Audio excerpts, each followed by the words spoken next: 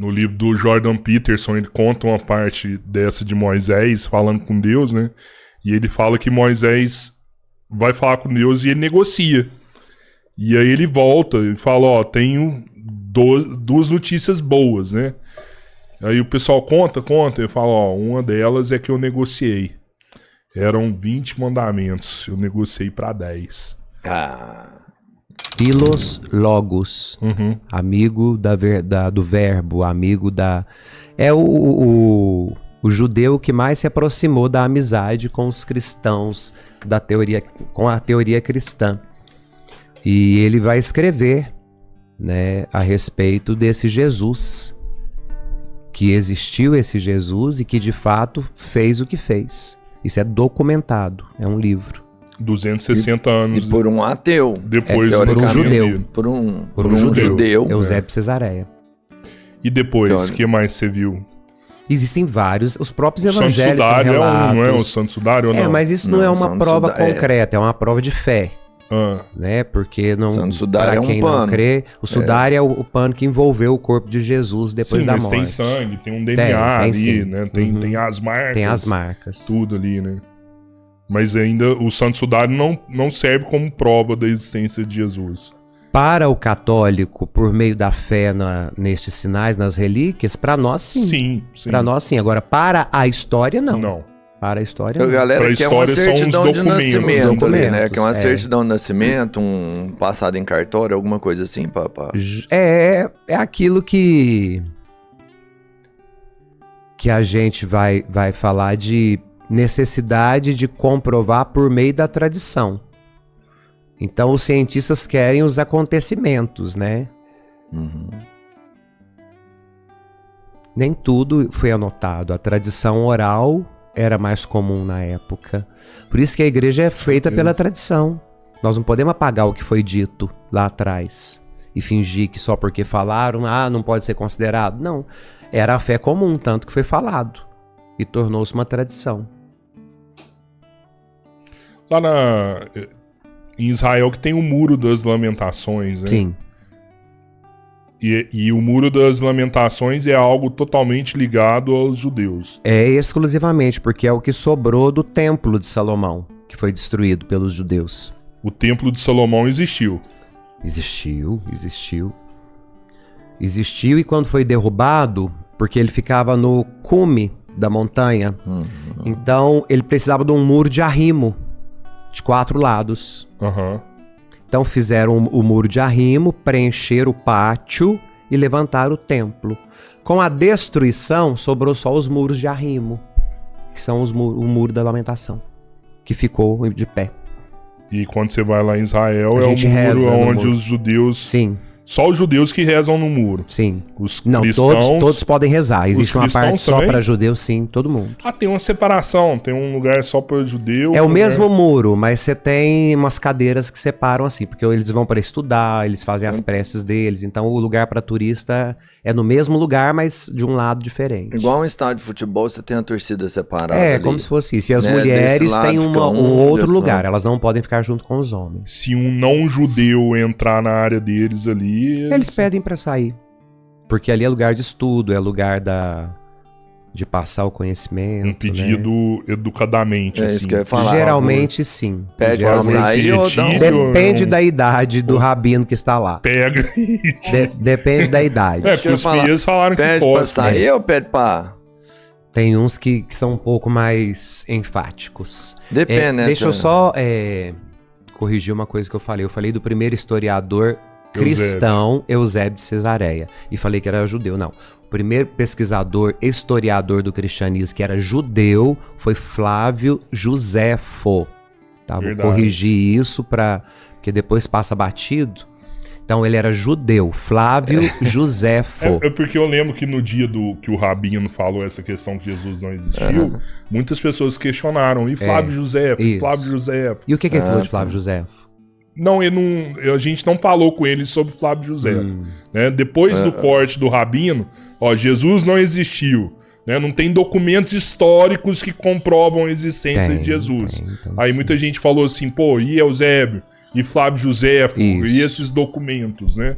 Então muita gente questionou isso. Então Flávio Joséfo foi antes de Eusébio. Antes, porque Eusébio foi o primeiro historiador cristão. Cristão, em 260. Flávio Joséfo viveu ainda no período da comunidade primitiva, né? Ele deve ter escrito por volta do ano...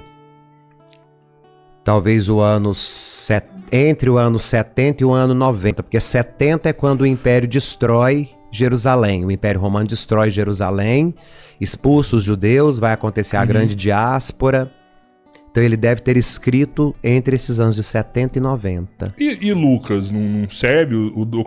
Lucas foi nessa época, não foi? Lucas é dessa época também, mas já Os está no documentos- Evangelho. Para nós, sim. Tanto que está lá na São Bíblia como históricos, canônico, né? são históricos. Porque Os foi evangelhos Lucas que estão acompanhou ali- Maria e pegou Na verdade, os relatos. Lucas visitou Maria, porque ele era discípulo de Paulo.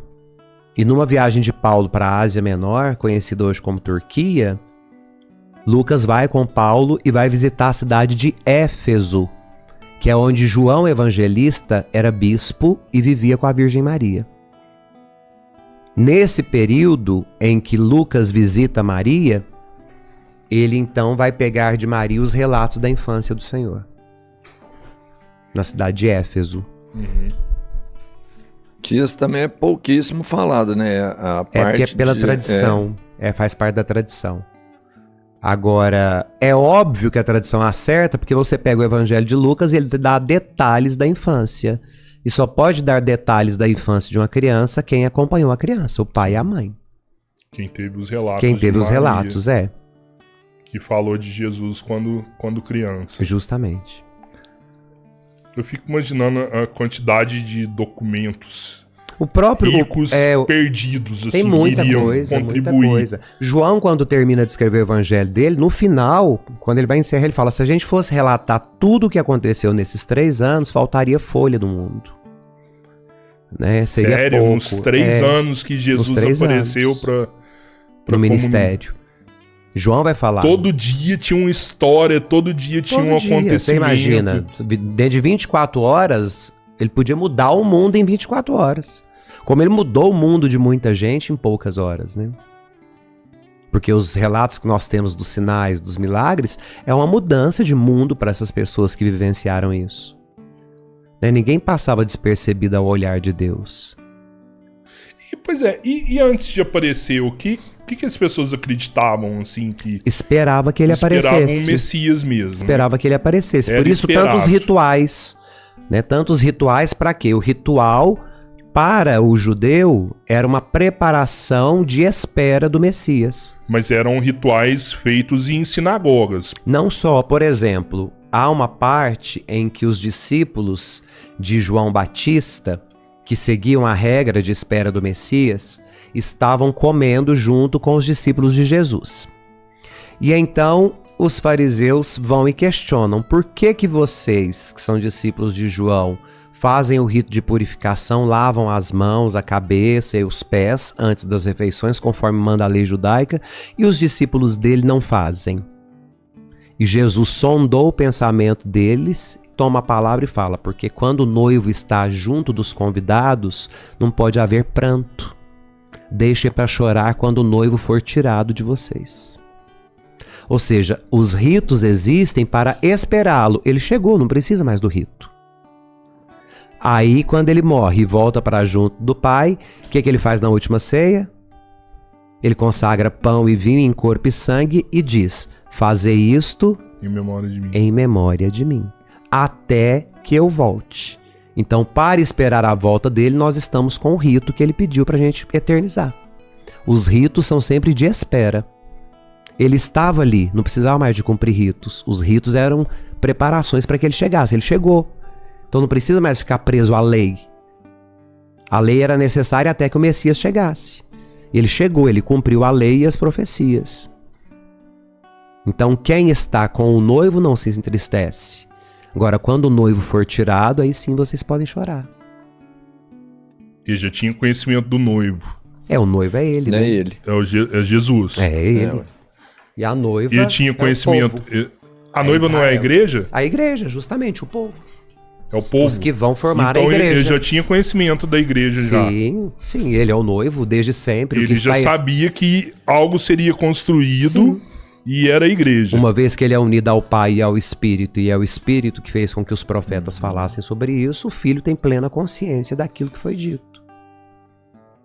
Ele sabia de tudo, inclusive do sofrimento que ele ia passar, né? Ele Não. não teve uma O parte sofrimento, desconhecida. tudo o que aconteceu no sofrimento, na paixão do Senhor, foi dito para ele no ato da transfiguração por Moisés e Elias, que apareceram diante dele e contaram que ele sofreria a paixão de acordo com as regras romanas. Até então ele saberia que morreria Sim. para a expiação dos pecados, mas a forma como aconteceria ele não sabia. Quem revela é Moisés e Elias, sobre como seria a sua paixão no Monte da Transfiguração. Moisés, que representa a lei dos judeus, e Elias, que representam os profetas do judaísmo. Para mostrar que Jesus é o cumprimento da lei, é o novo Moisés, e o cumprimento das profecias, o novo Elias. Você acha que quando ele foi crucificado, Deus tinha um desejo de acabar com a humanidade? Não. Porque ele falou assim, perdoai, pai, eles não sabem o que fazem. Os zombadores. Perdoa eles. Os zombadores. Porque a hora que ele pede perdoa eles, tipo assim, Deus estava furioso e queria punir. Não. O relato diz que os que estavam ali zombavam e gritavam: tu não és Deus, salva a ti mesmo, desce da cruz. E cuspiam, e batiam, e dançavam, e riam. E é quando ele pede perdão pelos zombadores. Mas a fúria pelos de Deus que não começou creem. Naquele momento. Não, ali não o existia céu escureceu, raio, trovão, tudo pegando ali. Mas isso aconteceu diante de Moisés no alto do Monte Sinai, quando ele recebe as tábuas da aliança. Isso nós chamamos do efeito da manifestação de Deus. A manifestação do sagrado, ou hierofania, a manifestação do que é santo. Então, essa manifestação, sempre que Deus se manifestava, era por meio das nuvens, ou por meio de uma coluna de fogo, ou por meio do terremoto. Tanto que Moisés falava diretamente com Deus, e o povo falou: nós não precisamos de intercessor.